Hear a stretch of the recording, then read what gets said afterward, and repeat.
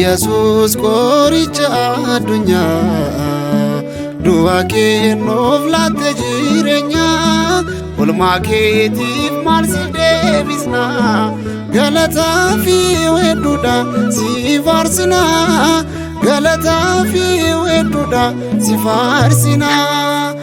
Yesus qoricha addunyaa du'a kennuuf laatte jireenya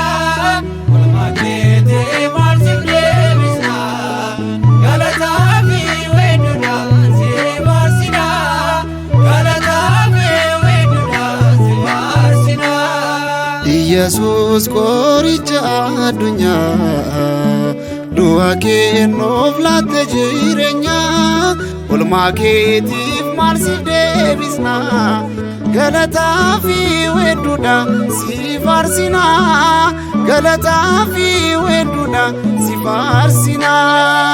Yesus qoricha addunyaa du'a kennuuf laatte jireenya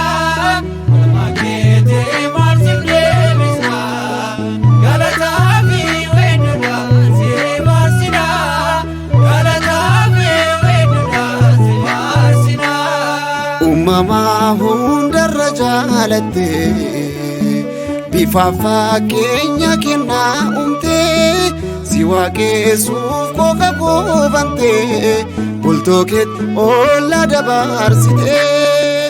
Yesus qoricha addunyaa du'a kennuuf laatte jireenya oolmaa keetiif maal si deebisna galataa fi wedduudha si faarsina galataa fi wedduudha si faarsina. Jaalala koof lafatti bute durbirraa foon nama uffatte ogummaa nugeedduutti argamte ilmoolee baadaan sassaabbatte. Yesus qoricha addunyaa du'a kennuuf laatte jireenya oolmaa keetiif maal si deebisna galataa fi wedduudha si faarsina galataa fi wedduudha si faarsina.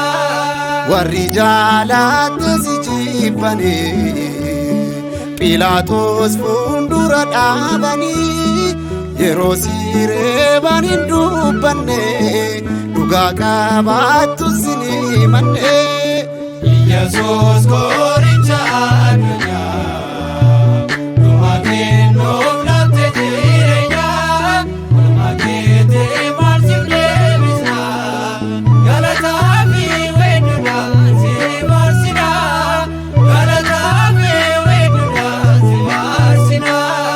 Fannoorratti si fannisanii hattootaan wal si qixxeessanii dhuma jaalalaaf gosoomina yaa gooftaa kamiin si ibsina. Yesus